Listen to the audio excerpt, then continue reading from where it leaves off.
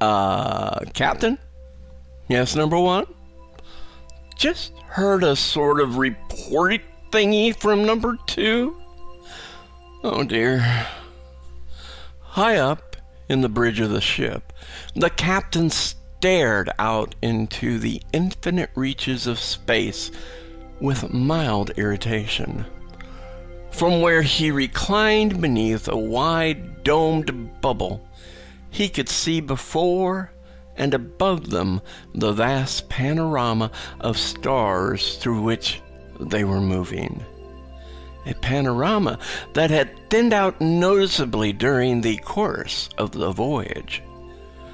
Turning and looking backwards over the vast 2-mile bulk of the ship, he could see the far denser mass of stars behind them, which seemed to form almost a solid band. This was the view through the galactic center from which they were traveling, and indeed had been traveling for years, at a speed that he couldn't quite remember at the moment, but he knew it was terribly fast. It was something approaching the speed of something or other, or was it 3 times the speed of something else? Jolly impressive anyway. He peered into the bright distance behind the ship, looking for something. He did this every few minutes or so, but never found what he was looking for. He didn't let it worry him, though. The scientist chaps had been very insistent that everything was going to be perfectly all right, providing nobody panicked and everybody got on and did their bit in an orderly fashion. He wasn't panicking. As far as he was concerned, everything was going splendidly. He dabbed at his shoulder with a large, frothy sponge. It crept back into his mind that he was feeling mildly irritated about something. Now, what was all that about? A slight cough alerted him to the fact that the ship's first officer was still standing nearby. Nice chap, number one. Not of the very brightest. Had the odd spot of difficulty doing up his shoelaces, but jolly good officer material for all that. The captain wasn't a man to kick a chap when he was bending over trying to do up his shoelaces, however long it took him. Not like the ghastly number two, strutting about all over the place, polishing his buttons, issuing reports every hour. "Ship's still moving, Captain! Still on course, Captain! Oxygen levels still being maintained, Captain! Give it a miss!" Give it a miss was the captain's vote. Ah, yes. That was the thing that had been irritating him. He peered down at number one. Yes, Captain. He was shouting something or other about having found some prisoners. The captain thought about this. Seemed pretty unlikely to him, but he wasn't one to stand in his officer's way. Well, perhaps that'll keep him happy for a bit, he said. He's always wanted some. Ford Prefect and Arthur Dent trudged onward up the ship's apparently endless corridors. Number two marched behind them, barking the occasional order about not making any false moves or trying any funny stuff. They seemed to have passed at least a mile of continuous brown Hessian wall weave. Finally, they reached a large steel door which slid open when number two shouted at it. They entered. To the eyes of Ford Prefect and Arthur Dent, the most remarkable thing about the ship's bridge was not the 50-foot diameter hemispherical dome which covered it, and through which dazzling display of stars shone down on them. To people who have eaten at the restaurant at the end of the universe, such wonders are commonplace. Nor was it the bewildering array of instruments that crowded the long, circumferential wall around them. To Arthur, this was exactly what spaceships were traditionally supposed to look like, and to Ford, it looked thoroughly antiquated. It confirmed his suspicions that disaster area stunt ship had taken them back at least 1 million, if not 2 million, years before their own time. No, the thing that really caught them off balance was the bath. The bath stood on a 6-foot pedestal of rough-hewn blue water crystal and was of a Baroque monstrosity not often seen outside the Maximilian Museum of Diseased Imaginings. An intestinal jumble of plumbing had been picked out in gold leaf rather than decently buried at midnight in an unmarked grave. The taps and shower attachment would have made a gargoyle jump. As the dominant centerpiece of a starship bridge, it was terribly wrong, and it was with the embittered air of a man who knew this that number 2 approached it. "Captain, sir!" he shouted through clenched teeth, a difficult trick, but he had had years during which to perfect it. A large, genial face and a genial phone-covered arm popped up above the rim of the monstrous bath. "Ah, hello, number 2, said the captain, waving a cheery sponge. "Having a nice day?" Number 2 snapped even further to attention than he already was. "I have brought you the prisoners! Located in 3B7, sir!" he yapped. Ford and Arthur coughed in confusion. Hello," they said. The captain beamed at them. So number 2 had really found some prisoners.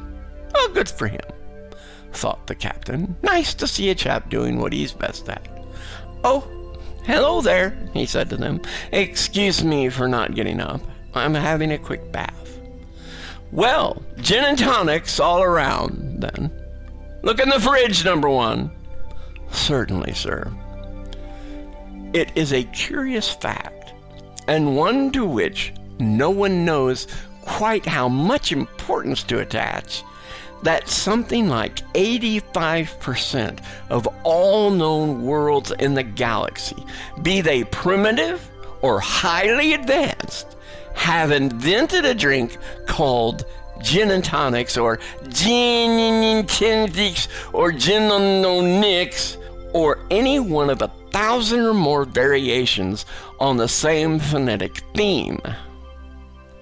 The drinks themselves are not the same, and vary between the Sivolvian Chinanto Minigs, which is ordinary water served at slightly above room temperature, and the Grakrakkaken Tizen Anthony Kiz, which kills cows at 100 paces.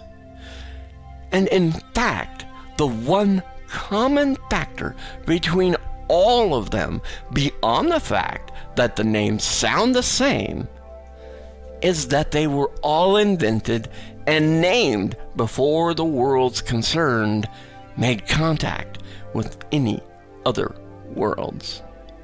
What can be made of this? It exists in total isolation. As far as any theory of structural linguistics is concerned, it is right off the graft, and yet it persists. Old structural linguists get very angry when young structural linguists go on about it. Young structural linguists get deeply excited about it and stay up late at night, convinced that they are very close to something of profound importance, and end up becoming old structural linguists before their time, getting very angry with the young ones. Structural linguistics is a bitterly divided and unhappy discipline, and a large number of its practitioners spend too many nights drowning their problem in Wiesgen Zodas. Number 2 stood before the captain's bathtub, trembling with frustration. "Do you want to interrogate the prisoner, sir?" he squealed. And the captain peered at him in bemusement. "Why on Golgotha, Frenchman, should I want to do that?" he asked. "To get information out of them, sir! To find out why they came here!" "Oh, no," said the captain. "I expect they just dropped in for a quick gin and tonics, don't you?" "But, son, they're my prisoners! I must interrogate them!" The captain looked at them doubtfully. "Oh, all right," he said, "if you must. Ask them what they want to drink." A hard, cold gleam came into number 2's eyes. He advanced slowly on the Ford prefect, and Arthur did. "All right, you scum!" he growled. "You vermin!" He jabbed Ford with the kilo zap gun. "Steady on, number 2, admonished the captain gently. "What do you want to drink?" Number 2 screamed. "Well, the gin and tonic sounds very nice to me," said Ford. "What about you, Arthur?" Arthur blinked. "What? Oh, yeah," he said. "With ice or without?" bellowed number 2. "Oh, with, please," said Ford. "Lemon?"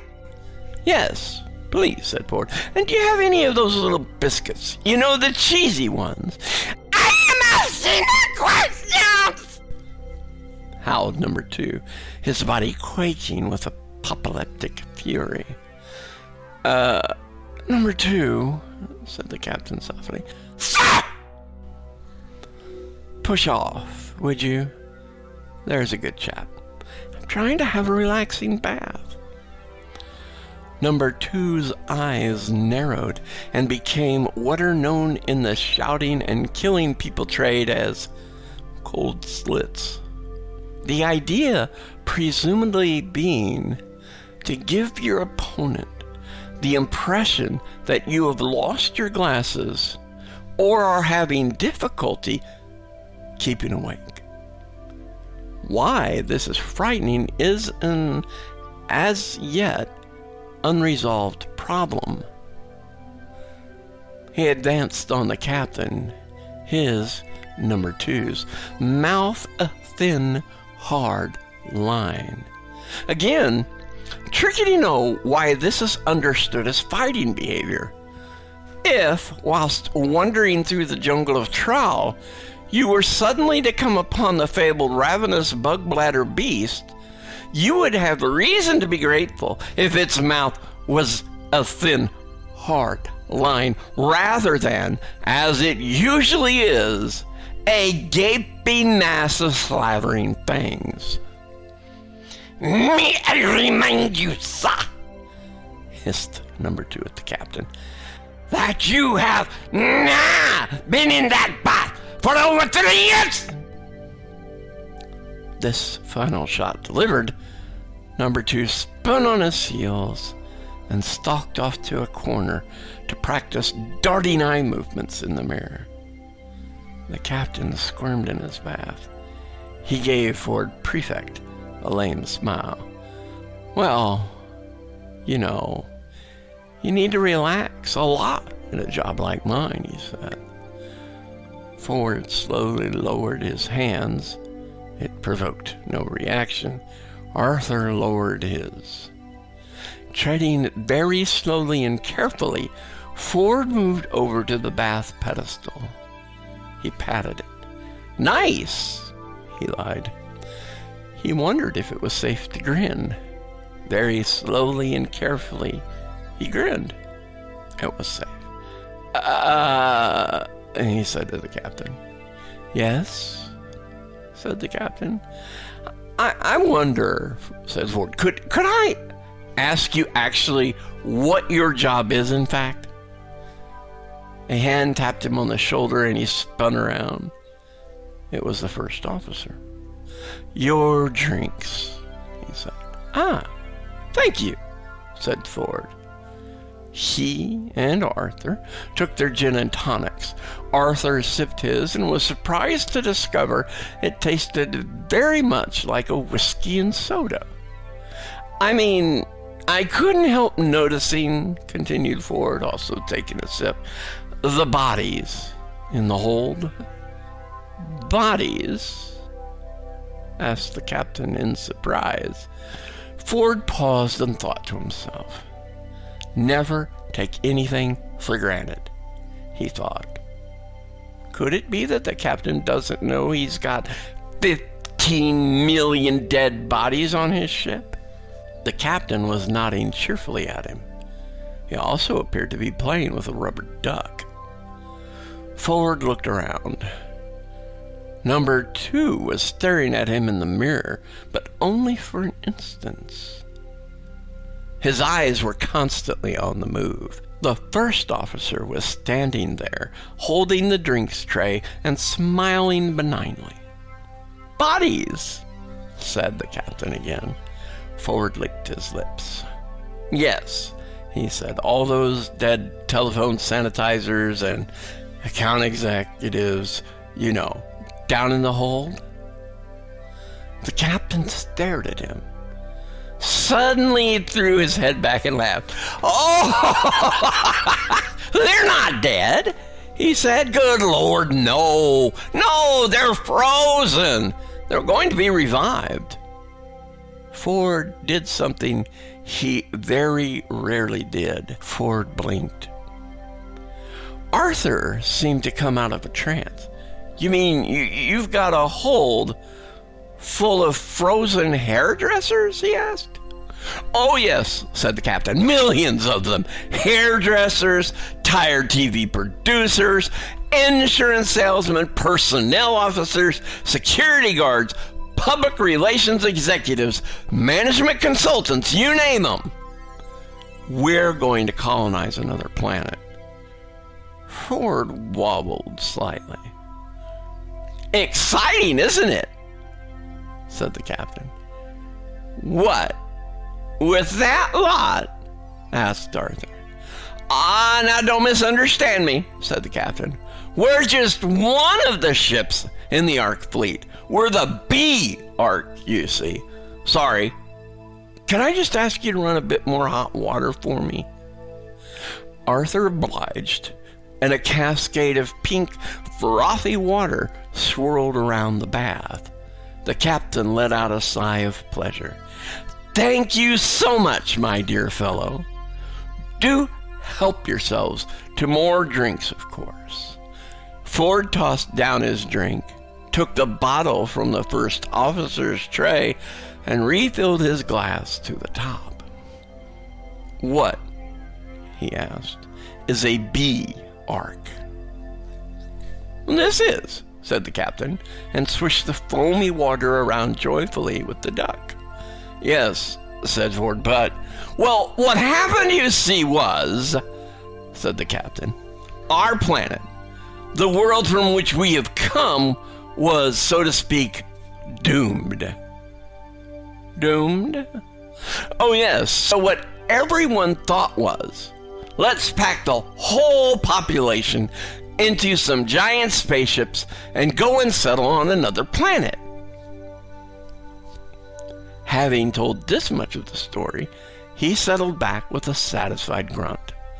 You mean a less doomed one? Prompted Arthur. What did you say, dear fella? A less doomed planet you're going to settle on? Are going to settle on, yes. So it was decided to build 3 ships, you see.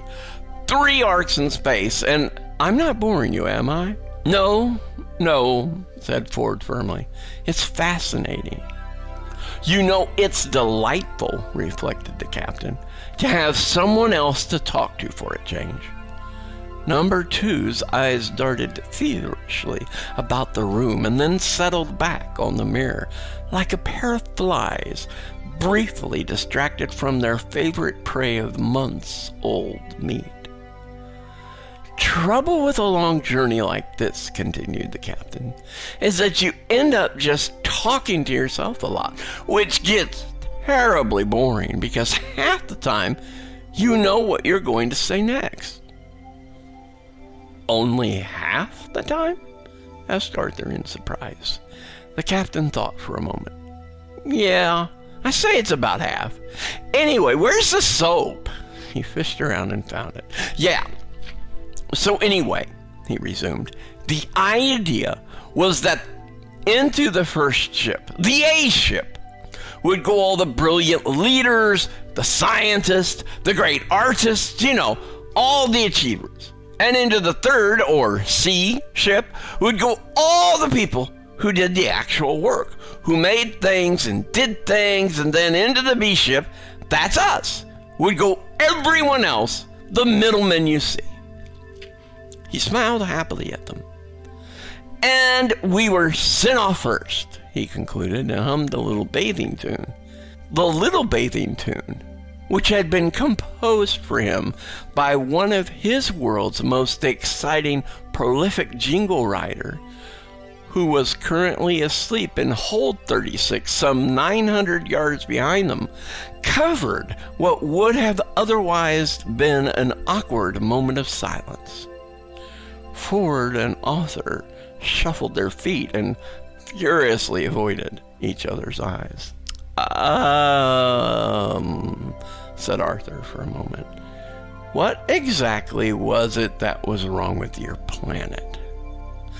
Oh, it was doomed, as I said the captain. Apparently it was going to crash into the sun or something, or maybe it was the moon was going to crash into us, something of the kind. Absolutely terrifying prospect, whatever it was. Oh, said the first officer suddenly. I thought it was that the planet was going to be invaded by a gigantic swarm of 12-foot piranha bees. Wasn't that it? Number two span around, eyes ablaze with a cold, hard light that only comes with the amount of practice he was prepared to put in. That's not what I was told, he hissed. My commanding officer told me that the entire planet was in imminent danger of being eaten by an enormous mutant star goat. Oh, really? Said Ford Prefect. Yes!